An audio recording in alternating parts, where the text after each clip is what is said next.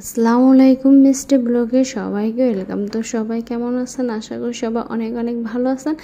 আর আমি তো অবশ্যই অনেক ভালো আছি। আর এই তো সকাল সকাল রান্না বান্নার কাজে চলে আসছি।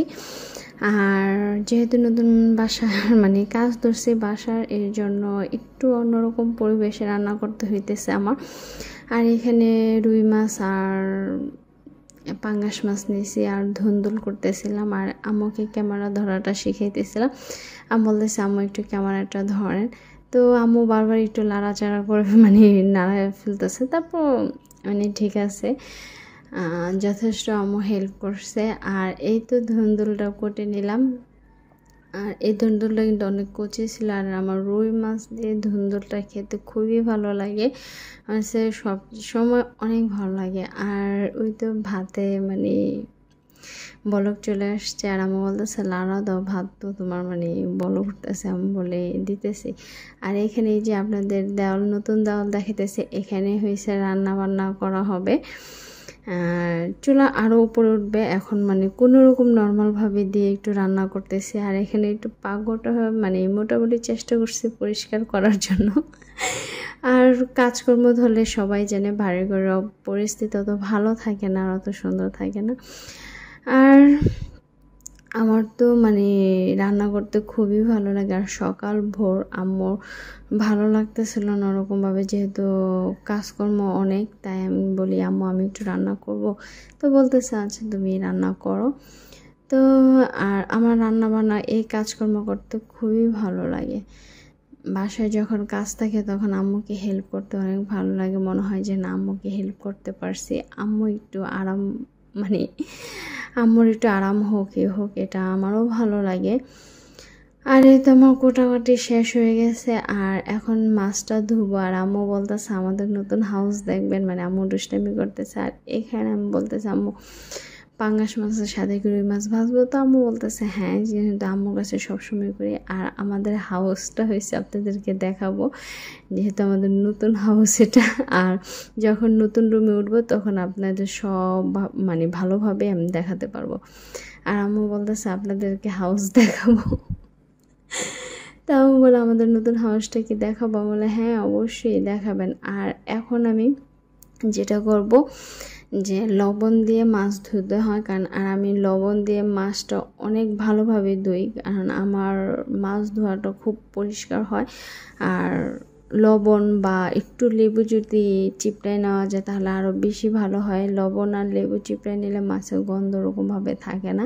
আর যেহেতু এখন বললামই তো যে কাজ ধরছে, ওরকমভাবে কিছু করা হয় নাই, তো লেবু নাই ফ্রিজে।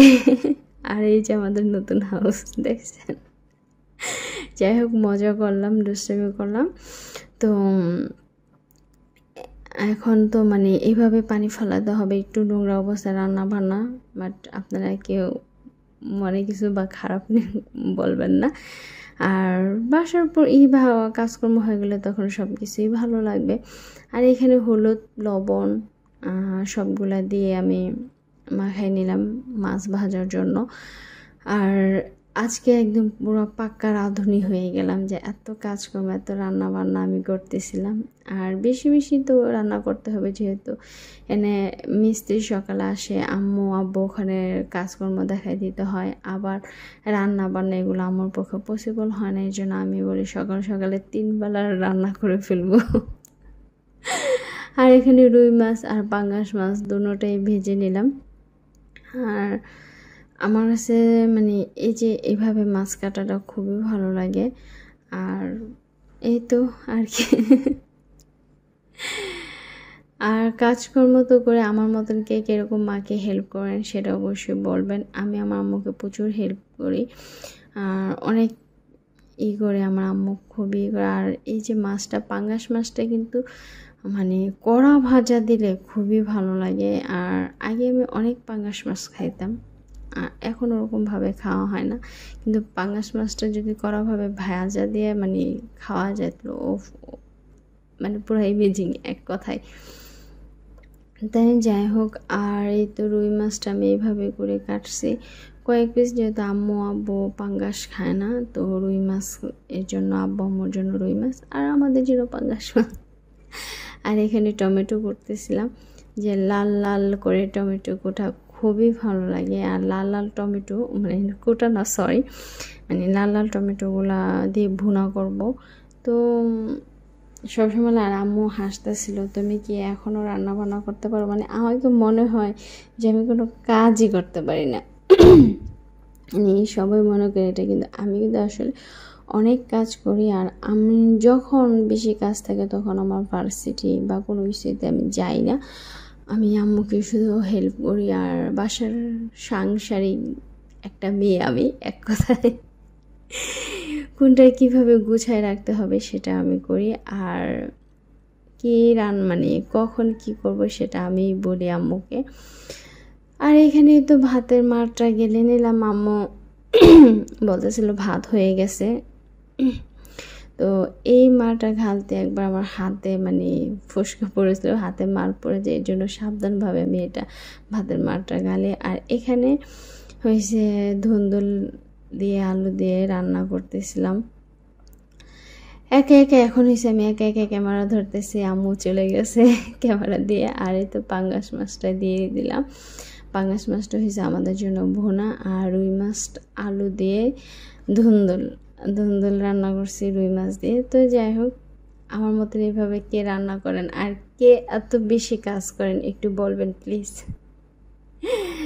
আমি তো মানে কি বলবো, আমাকে সবাই দেখলে বলে আমি নাকি কোনো কাজ করতে পারি না, আমি নাকি কোনো কাজ জানি না। কিন্তু আমার থেকে আমি সত্যি আমি কখনো জানতাম না যে আমি এত কাজ পারি বা আমি এতটা ভালো রান্না করতে পারি।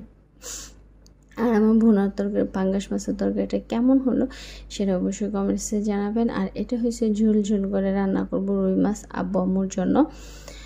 আর আরও অনেক কিছু রান্না করা হয়েছে, এগুলা তো দেখা যাবে না। আর হয়েছে এখানে আমি এই যে নতুন দেওয়াল যেহেতু দিছে, এখন একটু পানি দিয়ে দিতেছিলাম, ইটের গাঁথনির মধ্যে পানি দিতেছি। আমার কাছে এই সমস্ত কাজ করতে ভালো লাগে, নতুন নতুন বিল্ডিংয়ের নতুন নতুন মানে কি বলবো, আমি খুব আনন্দ সহকারে কাজ করতেছি। আর এখন আম্মুরে দিয়ে আবার ক্যামেরা ধরাতেছে আপনাদের সাথে শেয়ার করার জন্য। আর এই তো অনেক কাজের হয়ে গেছে, মিষ্টি অনেক বড় হয়ে গেছে, মিষ্টি সে আগের মতো ছোটো নাই, সবাই আমাকে অনেক এখনও পিচ্ছি মনে করে। তা আসলে সেটা না, আমি কিন্তু অনেক বড় হয়েছি। তো আপনারা সবাই ভালো থাকবেন, সুস্থ থাকবেন। আর এই তো আমাদের নতুন দেওয়ালে আমি পানি দিতেছি আর খুবই করতেছি। তো আপনারা আমার ইউটিউব চ্যানেলটা সাবস্ক্রাইব করে দেবেন, ফেসবুক পেজটা অবশ্যই ফলো করে দিবেন। আল্লাহ হাফেজ, টাটা, বাই বাই।